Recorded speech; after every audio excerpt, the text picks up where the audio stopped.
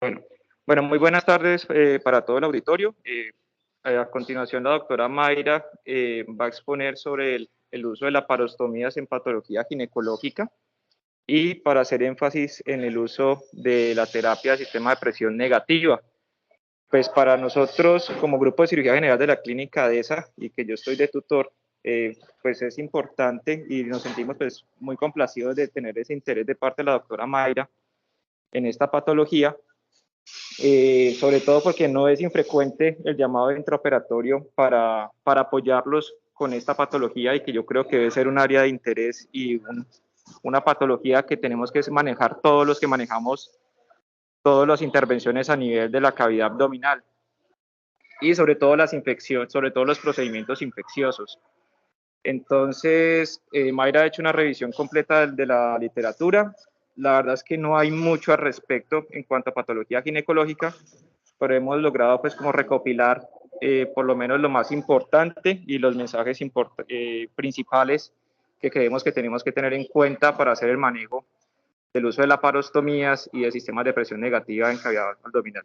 Así que adelante, Mayra, todo tuyo. Muchísimas gracias. Muy buenas tardes para todos. El día de hoy en la gran sesión vamos a abordar el tema de la laparostomía en ginecobstetricia. Como muy bien lo mencionó el doctor Solano, es muy poca la literatura que existe al respecto. Sin embargo, logramos recopilar lo más importante para poder abarcar este tema. Mi nombre es Mayra Fernanda Otálora Perdomo, soy residente de cuarto año de ginecología y obstetricia y mi tutor para esta charla es el doctor Nicolás Solano, quien es cirujano general de la Universidad del Cauca. Antes de empezar a hablar de la laparostomía, la laparostomía como tal, debemos abarcar algunos temas que son importantes, como son los anatómicos. Y recordemos que existen, la pared abdominal son un grupo de tejidos en cuanto a tejido poneurótico, óseo y muscular que rodean la cavidad abdominal con el fin de proteger.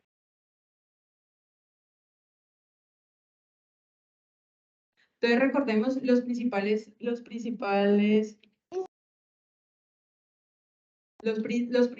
músculos de la pared abdominal son los rectos abdominales, el transverso abdominal, los oblicuo interno y externo, y ellos son los que nos van a dar la poneurosis, que es importante en este tema, es muy importante y vital en este tema, como en esta imagen la podemos ver aquí. Otra de las estructuras que es vital para abordar este tema es el peritoneo. El peritoneo, encontramos un peritoneo parietal y un peritoneo visceral, que es muy importante dado que tiene diferentes propiedades que nos van a ayudar a generar una adecuada funcionalidad de los órganos intraabdominales. Recordemos también que existe un retroperitoneo en donde nos encontramos con los diferentes órganos como son los riñones y los grandes vasos. Y aquí en esta imagen podemos detallar el retroperitoneo y la parte abdominal anterior. Entonces, ¿por qué es importante conocer la funcionalidad del peritoneo? Que tiene diferentes propiedades, entre ellas son las mecánicas que nos van a proporcionar un sostén y movilidad de todas las vísceras intraabdominales, hemodinámicas, dado que en este circundan el flujo sanguíneo, diferentes vasos, protectora porque nos va a generar una barrera de defensa y una ultrafiltración, genera un aislante térmico, así protegiendo las vísceras, generando un equilibrio térmico, y además de eso tiene una propiedad importante en cuanto al intercambio, dado la alta permeabilidad y dado por esta funcionalidad el uso en la diálisis peritoneal. Otro tema o otro ítem a hablar que es importante, que muy poco se habla, y es acerca de la presión intraabdominal. Y la presión intraabdominal es aquel estado estacionario entre la cavidad abdominal que realmente es la resultante entre la interacción de la pared abdominal y las vísceras intraabdominales. Esta se debe expresar en milímetros de mercurio, pero en algunas situaciones se realiza la toma mediante centímetros de agua, y cuando lo tomamos de esta forma, esta debe pasarse a milímetros de mercurio y simplemente hacer una multiplicación por 1.32.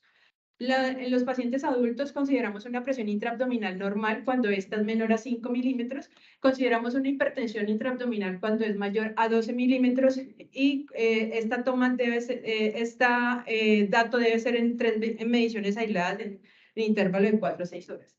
En cuanto a lo que nos compete más en la paciente gestante, debemos recordar que el útero grávido va a generar una progresión de su tamaño, lo cual va a generar una mayor distensibilidad abdominal a expensas del volumen del feto. Entonces, en las pacientes gestantes hay una presión intraabdominal que es aumentada, pero esta es compensatoria sin desencadenar una patología como tal. Entre las 20 semanas, las pacientes que tienen menos de 20 semanas se puede considerar una presión intraabdominal normal hasta 7 milímetros de mercurio. Cuando ya nos encontramos en el tercer trimestre del embarazo, puede ser normal hasta 14 milímetros de mercurio. Y esta desciende cuando ya se encuentra en posparto, que puede ser normal hasta 10 milímetros de mercurio. ¿Cuándo consideramos una hipertensión intraabdominal en el embarazo? Cuando está por encima de 14 milímetros y el síndrome compartimental como tal por encima de 25 milímetros. Entonces, ¿cómo se realiza la toma? Debemos tener diferentes características en los pacientes para poder realizar esta toma. El paciente no debe tener ninguna contracción abdominal, por tanto, debe estar bajo sedación para tener una toma real de esta presión intraabdominal. ¿Pero por qué es importante la presión intraabdominal? Existe un parámetro que es la presión de perfusión intraabdominal, y esta se saca por la resta entre la presión arterial media menos la presión intraabdominal. Pero este dato, ¿para qué nos sirve? Nos sirve para determinar el grado de perfusión de los órganos intraabdominales.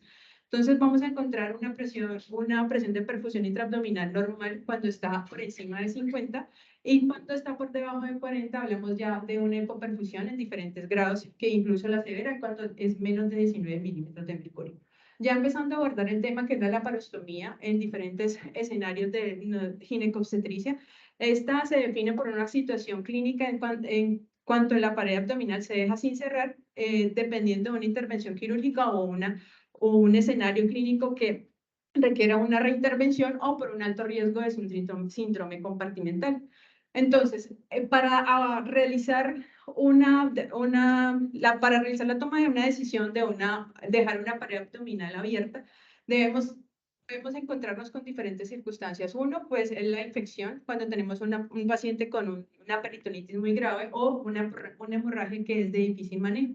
En nuestro caso, lo más importante es la hemorragia obstétrica, que las pacientes podemos llevarlas incluso a cirugía de control de daños, que podemos terminar con una paciente con un abdomen abierto. Otro de los escenarios que podemos encontrarnos es el síndrome compartimental. En cuanto a la epidemiología, realmente es muy difícil en nuestro campo de ginecobstetricia encontrar la incidencia y prevalencia del uso de la laparostomía. Sin embargo, lo que encontramos es lo que más frecuentemente se ve es en las pacientes que son intervenidas por cáncer ginecológico, y esta tiene una incidencia de 0.88% en las pacientes que son intervenidas quirúrgicamente por UCA. Sin embargo, decidimos hablar de cuáles son las situaciones o la epidemiología de las situaciones en las cuales podemos tener que tomar la decisión de dejar un abdomen abierto. La paciente que tiene con un absceso tubovárico, recordemos que la EPI tiene las pacientes premenopáusicas tienen una incidencia del 15-35%, y estas se pueden complicar con absceso tubovárico en un 2%. Además de eso, existen diferentes circunstancias como son las complicaciones en cirugía ginecológica que nos pueden hacer dejar un abdomen abierto. Uno son los abscesos pélvicos, las reintervenciones, las lesiones del tracto urinario, el sangrado o alguna perforación rectal, y que podemos terminar con un abdomen abierto. En caso de la paciente obstétrica, es muy importante recordar que la hemorragia obstétrica es una de las complicaciones más frecuentes y la que genera mayor morbimortalidad en las pacientes, y puede generar incluso hasta 80.000 muertes a nivel mundial. Entonces es importante conocer que en las pacientes que tienen una hemorragia obstétrica mayor y que pueden llevar a una cirugía de control de daños, una alternativa de manejo también es la laparostomía. Recordemos también en Colombia el 17% de las pacientes que tienen morbilidad materna extrema corresponden a complicaciones hemorrágicas, incluso hasta el 0.2% pueden ser llevadas a histerectomía obstétrica. En cuanto al abdomen agudo no obstétrico, las pacientes tienen una incidencia, la paciente gestante tiene una incidencia de 1 por cada 500 o 635, perdón, y la patología más frecuentemente relacionada con el abdomen agudo es la apendicitis aguda, y de esto ya hablamos anteriormente. Entonces, ¿cuáles son las principales indicaciones para dejar un abdomen abierto? Uno, para la profilaxis y el manejo del síndrome compartimental. Debemos también recordar que en las pacientes embarazadas también podemos tener un síndrome compartimental, y hay reportes escritos de que puede estar relacionado con los trastornos hipertensivos del embarazo. Por tanto, hay que tenerlo en cuenta para la toma también de la presión intraabdominal. Como ya lo hemos mencionado en el transcurso de la charla, también en la cirugía de control de daños, más que todo en trauma. Sin embargo, el trauma para nosotros como obstetras es sinónimo en las pacientes que tienen hemorragia obstétrica mayor, cuando tenemos una necesidad planificada de volver a reintervenir porque tuvimos un difícil control de una hemorragia o porque no tenemos el control de una peritonitis.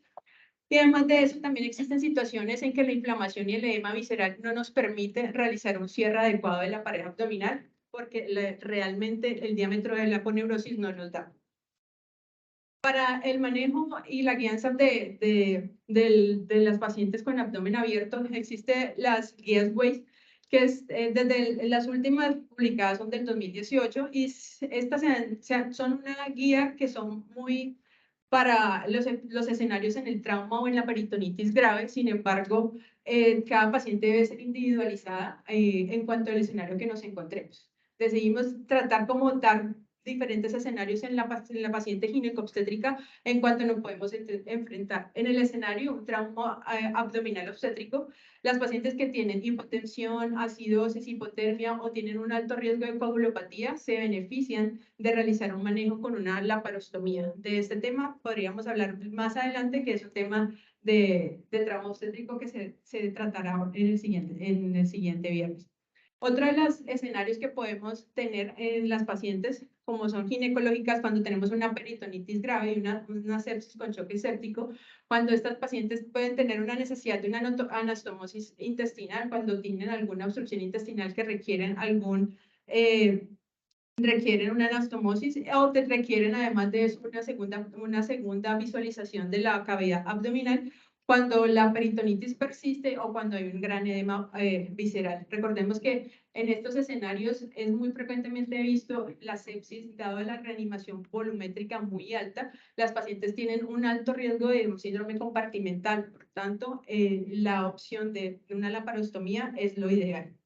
En cuanto a las pacientes ginecológicas por una cirugía mayor ginecológica oncológica, en ocasiones hay una peritonitis que puede estar relacionada con, además de eso, con isquemia mesentérica, sangrado masivo, o en cuanto encontramos las pacientes que tienen un abdomen hostil, y son las pacientes llamadas con un abdomen congelado, y podemos tener la necesidad de tener manejo con una laparostomía.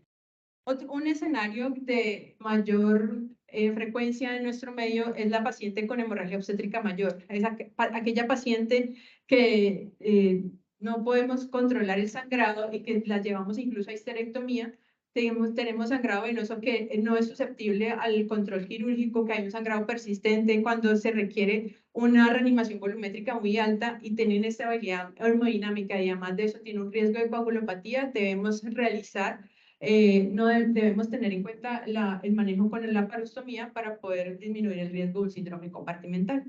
En cuanto a la paciente gestante, como ya lo mencioné previamente, una de las principales causas de abdomen agudo no obstétrico en la paciente gestante son la apendicitis aguda. Cuando no se logra no se logra el control adecuado de la infección y se requiere, una segunda revisión, es indispensable dejarle la laparostomía. Además de eso, estas pacientes tienen, por dado el proceso inflamatorio tan alto, tienen edema visceral y por mecánica prácticamente disminuye el riesgo del cierre primario. Además de ello, las pacientes con pancreatitis aguda grave, estas pacientes tienen un alto riesgo, un síndrome compartimental, por lo cual también debe considerarse la realización de la laparostomía cuando tenemos esta sospecha, cuando hay una falla en el manejo conservador, cuando hay una falla multiorgánica. Sin embargo, debe individualizarse cada caso porque incluso algunas pacientes pueden ser llevadas a necrosectomía quirúrgica, y en estas ocasiones debemos considerar si sí o no dejamos abdomen abierto dado el riesgo de falla multiorgánica. Entonces, para hablar ya enfáticamente cuáles son los dispositivos o qué mecanismos tenemos para dejar un abdomen abierto o un cierre temporal. Las características principales de los diferentes dispositivos: uno es que genere una adecuada protección del contenido abdominal, que me disminuya el riesgo de un síndrome compartimental, que haga una remoción efectiva del exudado séptico peritoneal si es el caso de una sepsis, que me prevenga el riesgo de las fístulas enterocutáneas, que este es el mayor miedo en la realización del manejo de la laparostomía en estas pacientes. que facilite las reintervenciones y además de eso que nos ayude a preservar el tejido aponeurótico, dado que al momento de dejar una laparostomía el mayor riesgo es de que la aponeurosis se retraiga y eso limite el cierre definitivo de la pared. Entonces, ¿qué dispositivos existen para el cierre temporal del abdomen? Bueno, empezamos a hablar del cierre único de la piel. Tiene diferentes ventajas, pues es muy económico porque solamente necesitamos una sutura. Tiene un bajo riesgo de mortalidad. Sin embargo, puede generar diferentes alteraciones como es la necrosis del tejido o de la piel. Además de eso, me va a generar un mayor riesgo, un síndrome compartimental, incluso puede ser hasta del 18%, y puede generar una fístula enterocutánea. También tenemos otro mecanismo de cierre y es la bolsa de Bogotá. Este método artesanal fue iniciado en la década de los 80, 70 por el doctor Osvaldo Borraes, quien es un cirujano, es un cirujano general de la ciudad de Bogotá, y por tal motivo se le debe el nombre de la bolsa de Bogotá. Este mecanismo de cierre temporal del abdomen, a él le debemos, dado que nos ha proporcionado el desarrollo de diferentes tecnologías para poder tener lo que hoy es los métodos de presión negativa. Se han hecho diferentes estudios de la utilización de la bolsa de Bogotá en diferentes escenarios, en diferentes países, que ha logrado ser efectivo y además de eso ha sido un punto de partida para la realización y la mejoría de los métodos de la laparostomía en diferentes escenarios.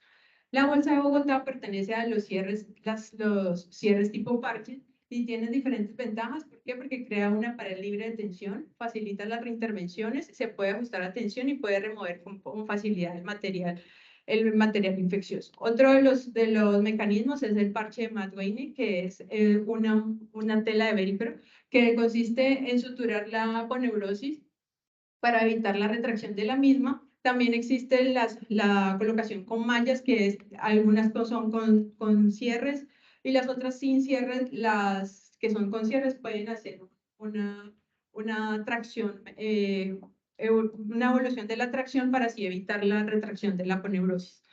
Y además de eso tenemos el sistema de presión negativa. Eso es uno de los sistemas que más pues lo mejor que tenemos en el momento.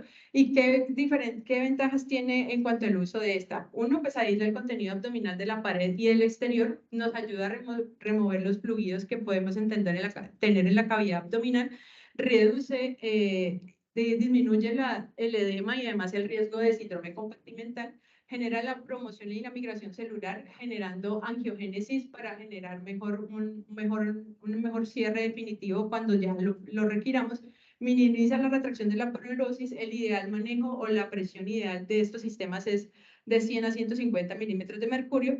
Consiste en apósitos porosos con una membrana que genera el contenido de la pared del contenido abdominal, y en la parte de la piel se genera una adhesión a esta y se realiza un orificio para poder generar la presión negativa. Entonces acá les traigo un video de cómo se debe realizar la colocación del sistema.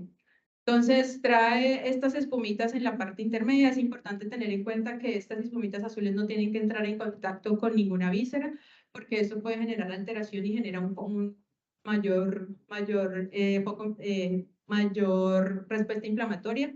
Entonces deben retirarse siempre. Esta queda en la parte interna del abdomen.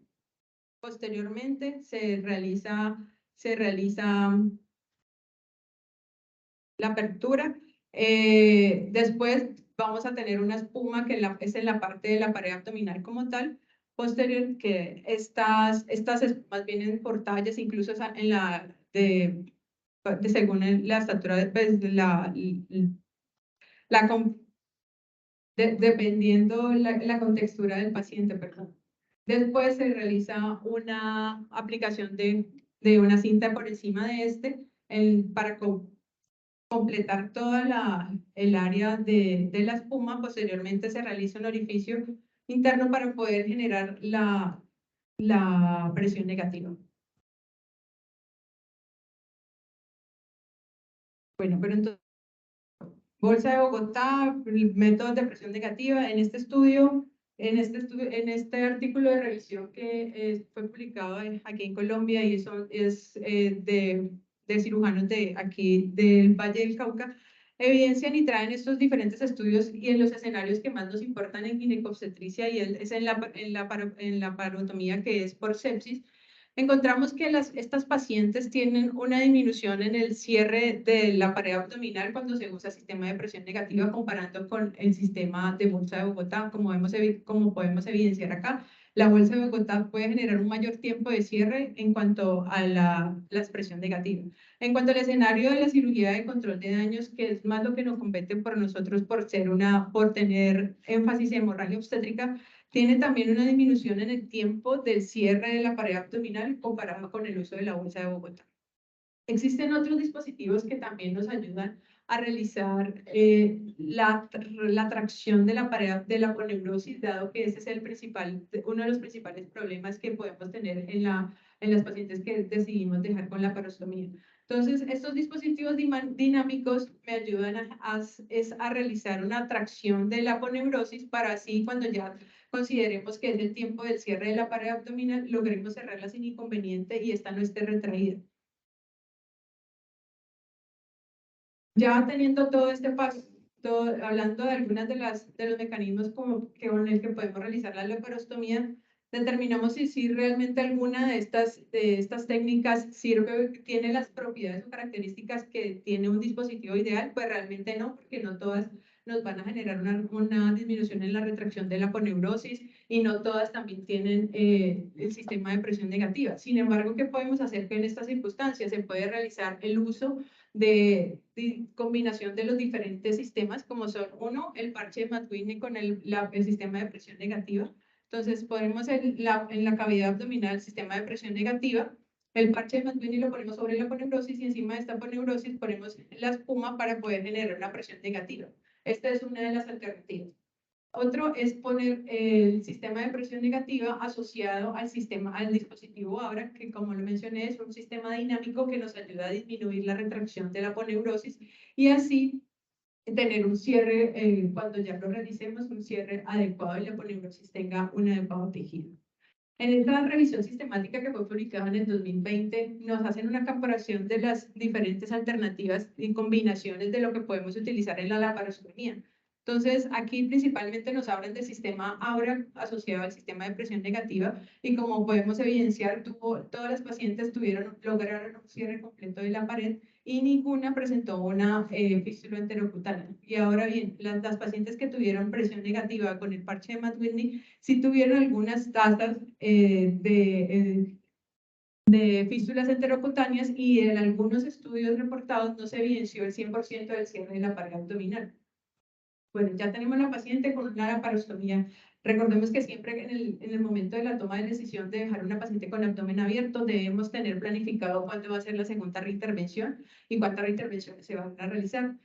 Algo importante en el seguimiento integral de estas pacientes, debemos tener en cuenta que estas pacientes por tener abdomen abierto no es sinónimo de dejarlas sin bioral. Las pacientes que tienen abdomen abierto y se dejan sin bioral tienen un mayor riesgo de presentar adherencias. Además de eso, debemos hacer un seguimiento en cuanto al estado nutricional, además el estado hemodinámico, de acuerdo, teniendo en cuenta estas diferentes variables, además la respuesta inflamatoria que la podemos calcular con los diferentes escalas que son el Apache, el SOFA, el QuickSOFA, y además de eso también podemos hacer un seguimiento de la presión intraabdominal y esto es muy discutido sabiendo que si vamos a una paciente que va a ser reintervenida quirúrgicamente ya en una programación desde el primer día que se realizó la laparostomía, ¿para qué se toma la presión intraabdominal si de todas maneras la vamos a operar? Sin embargo, existen algunas pacientes que pueden quedar con un aumento en la presión intraabdominal consecutivo a otras circunstancias y por eso es importante realizar este seguimiento. Otra cosa importante es determinar el grado de contaminación. Este lo podemos hacer mediante el índice de Mannheim y este nos va a ayudar a predecir la posibilidad de mortalidad de las pacientes según los hallazgos que encontremos en la intervención quirúrgica inicial. Otra es el grado adherencial, que es mediante una escala de Bjork, pero esta es más en una circunstancia en cuanto en el momento de la realización o para caracterizar el abdomen, las características del abdomen en lo que encontremos. Entonces, el índice de Mannheim, este índice me llama mucho la atención porque ser mujer y ser mayor de 50 años te lleva muchísimo mayor riesgo de tener una mortalidad si tenemos un valor de mayor a 0.26. En este índice tenemos en cuenta diferentes parámetros, uno es el sexo, la edad, la falla multiorgánica, la duración, el tiempo de evolución del proceso infeccioso o no, si las pacientes tenían una peritonitis generalizada y de qué características es el líquido que encontramos en el momento de la intervención quirúrgica. En este estudio podemos evidenciar que tener un índice de Mannheim mayor a 25 tiene una sensibilidad del 100%, incluso hasta cuando tenemos un valor de 27. Incluso también tiene un valor predictivo negativo hasta el 100% hasta cuando tenemos un valor por encima de 27, lo cual es importante tenerlo en cuenta a la hora de la valoración intraquirúrgica inicial de las pacientes. Y esta escala es la escala de Bjork, que inicialmente fue en 2019 y en el 2016, y es realmente para caracterizar lo que encontremos según las pacientes en el momento operatorio. Entonces, podemos determinar si la cavidad es limpia, si está contaminada, si hay alguna fístula. En la 1A tenemos esas diferentes características, y ya cuando tenemos una paciente con un abdomen congelado se considera una escala de Bjork de 4. Entonces, recordemos que cuando decidimos dejar a la paciente con un cierre temporal, debemos tener en cuenta en qué momento vamos a hacer la reintervención.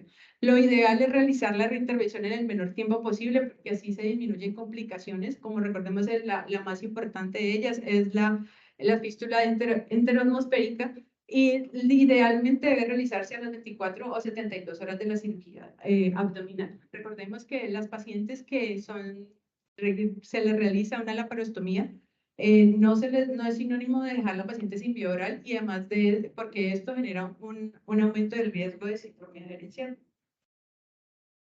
Entonces, ¿cuáles son las técnicas de cierre? Entonces, idealmente debemos de realizar los cierres con unas técnicas sin requerir de algún otro dispositivo. Entonces, lo ideal es realizar una separación de los componentes de la aponeurosis para generar un cierre primario sin necesidad de malla, y realizar una hernia ventral planificada para no generar mayores complicaciones en estas pacientes. Se pueden realizar ya, el cierre con malla se puede realizar cuando ya no tenemos ninguna otra alternativa de realizar el cierre primario con la poneurosis. Idealmente deben realizarse con mallas biológicas. Las mallas sintéticas no deben utilizarse para el cierre, dado que pueden generar mayor morbilidad en las pacientes. Bueno, en cuanto a la paciente obstétrica, ¿de qué podríamos realizar? Si el manejo con presión negativa o lo podemos hacer con la bolsa de Bogotá. Realmente es muy escasa la literatura de que hable de ello, de que exista una guía de la laparostomía en la paciente obstétrica. Lo que más encontré fue el reporte de casos, y es enfático en las circunstancias de las pacientes con apendicitis aguda cuando tienen una peritonitis generalizada, y en aquellas pacientes que tienen un síndrome compartimental con una pancreatitis aguda que no responden al manejo médico. Sin embargo, traigo este algoritmo que propone en la paciente embarazada, cuando tiene una patología quirúrgica no obstétrica, y nos piden que tengamos un punto de partida en cuanto si tiene o no 24 semanas. Si tiene una paciente con una menor de 24 semanas, si tiene una sepsis intraabdominal, debemos determinar la viabilidad fetal. Si tiene viabilidad fetal, podemos determinar el uso de la bolsa de Bogotá en aquellas pacientes como primera medida. Si las pacientes en la segunda reintervención no se logra un adecuado control del foco, se podría realizar un manejo con presión negativa. En cuanto a la paciente, si no tiene un feto viable, se puede realizar un manejo con presión negativa. Otro parámetro dentro de la paciente obstétrica son cuando ya tienen más de 24 semanas. Debemos determinar si existe una sepsis intraabdominal. Si existe una sepsis intraabdominal, debemos determinar nuevamente si hay una viabilidad fetal o no. Si hay una viabilidad fetal, debemos operar a esa paciente haciendo una laparotomía y realizar manejo con presión negativa, y se puede realizar finalización de la gestación cuando esto sea necesario. Esta realmente es muy controversial porque no existen estudios que nos hablen del comportamiento de los resultados fetales en cuanto al uso de la presión negativa. Sin embargo, pues debemos tener en cuenta, y además de eso, prima siempre la vida de la madre. En cuanto a las conclusiones de esta charla, debemos tener en cuenta que la laparostomía debe ser considerada en las pacientes que tenemos, que son llevadas a la cirugía de control de daños, que debemos tener en cuenta en qué instituciones nos encontramos para determinar cuáles son los diferentes mecanismos con los cuales podemos realizar una laparostomía. Recordemos que el cierre primario de la pared abdominal genera una disminución importante de las complicaciones en la pared abdominal, incluso primeramente como disminuir el riesgo de una fístula enteroatmosférica. Siempre cuando dejamos una paciente con un abdomen abierto debemos determinar en qué momento vamos a hacer la segunda reintervención y cuándo la vamos a cerrar. Y en las pacientes obstétricas se requieren más estudios para determinar si la presión negativa genera alguna complicación en las pacientes obstétricas. Muchísimas gracias.